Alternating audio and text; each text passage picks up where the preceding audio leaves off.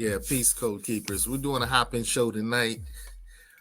We want to kind of chat about Judge Ketanji Brown Jackson and the hoopla, the emphasis, the love, the support, the blind love, the blind support. That's deep. Yeah. And I don't want us to divulge too deep into restoration and restitution. Mm-hmm. I want to kind of make sure that we really get focused on what Dr. Amos Wilson was talking about, that we need to be leery whenever something shiny gets presented in front of us. Right. Because right now we have this beautiful, competent, intelligent, accomplished sister who the Biden-Harris administration is saying, hey, look what I've done for you. Mm-hmm. And he wants to say that a promise was kept. Politicians love saying promise is kept. But we also have to remember all skin folk ain't kinfolk. Okay. And what needs to be done is, what has been her track record in regards to African people, and by assuming that she's put on the Supreme Court, how will her decision making impact African people well after the Biden administration is long gone? Okay, so we have to start.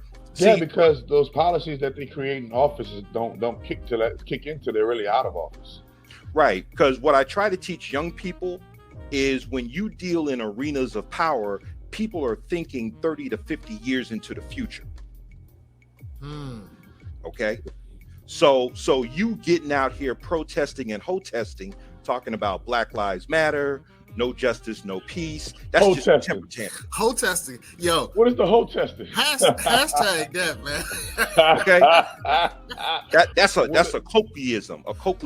Okay, colloquialism. Ho-testing. Yeah. Protesting. You out here protesting and ho-testing. Yes, sir.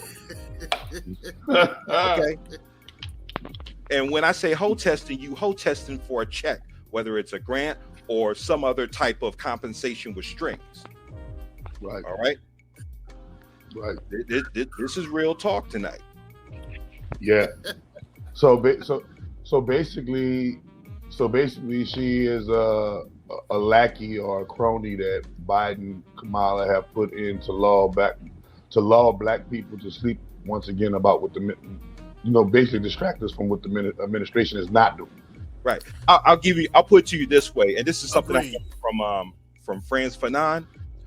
Who you serve is an indicator of who put you in power. Ooh. Okay. True that. Okay. All right. Yeah. So, like I said, man, and this is one of the reasons why I really like the fact that she's being publicly vetted, because these are some concerns that we would have. But here's the interesting part. Mm-hmm. The people who were really giving her the business, once again, I hate, I don't like D's, I don't like R's, I don't like nobody. The people who were really giving her the business were asking her stupid questions. Asking her, once again, what's your position on critical race theory? That's not something I'm going to deal with in the courts. Right. We have Tucker Carlson saying we want to see her LSAT scores. Huh? Right. Now, see, they had really nothing to really judge her by. So it sounds to me like she serves the interests of both sides of this coin of evil supremacy.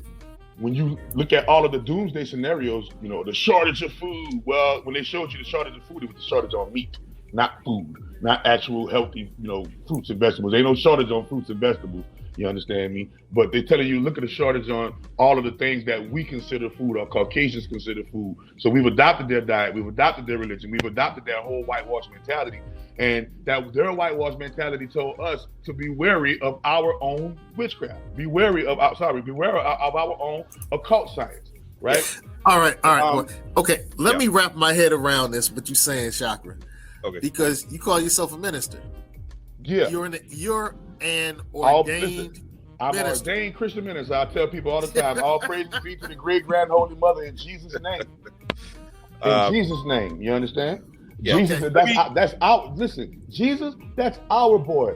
They whitewashed him. I'm not about to let you steal Jesus, one of our greatest figures in Black history. You gave him a European name called Jesus, and now I'm supposed to be scared of him. No. We're gonna understand that you stole Jesus. You stole the concept of Zeus, the concept of all of these gods. Y'all stole that from us. Ain't no such thing as Athena, but there's the original copy that Athena gets her swag from. You know, ain't no. When it comes to the Greek letters, the Greeks got theirs from the Latins got theirs from the Egyptians, Black people. So when you look at all of the things and all of the powers that be, the root, origin, inception of them are Black. This is why they got to keep a Black woman. Listen, the powers that be. Look at Biden ain't stupid. Biden got a Black female woman president, vice president, and he got a Black female woman at the court judge. You know, the justice, Supreme Court justice, and it makes you wonder what this white man up to. Why this white man using our women? Just like Seiko said earlier. Hey man, you know what? Coakley, the Coakleyism. He said when you put something in front of us shiny, in front of us, be wary of that now. But it makes you wonder. He got this Black woman as vice president. He got this other Black woman as, Supreme Court justice. And what else are up their sleeve when they're overtly peddling our female to our females? All of our different females. Yeah. So here's what I want to do. And I'm just going to throw this book into the record. And this book was introduced, and like I said, I'm dating myself. 1993, there was a book, and this is the abbreviated one that I was introduced to. It's called Blacked Out Through Whitewash. Hold on. The book of my life. Wait. The book of my life. What are you talking about? I don't go nowhere without that book. Wait. 1999. The 1999. I've been reading this book since 2001, and this book has been a part of my life since 2001. I got the abbreviated one back in 1993, and now is that the unabridged version? Unabridged. That's the unabridged version. Now, I received my copy in '93, and I got it on. You know what else I got though? Xerox papers. It was. Yeah. Okay. And for those who don't know what that is, I'm gonna break it down to you. Okay. Chakra Doctor just talked about the so-called purchasing power, the 1.8, the 1.9, 2 trillion. Now, here's something that we can do that's very simple but can be very effective, short-term and long-term. Right. Being a $20 revolutionary. Let's say that individually we make a commitment to make a $20 purchase every week from a Black-owned entity, be it brick and mortar or internet-based. All right. If you were to do that over a 52-week period, individually, you would have put $1,040 back into the hands of Black entrepreneurs and business owners.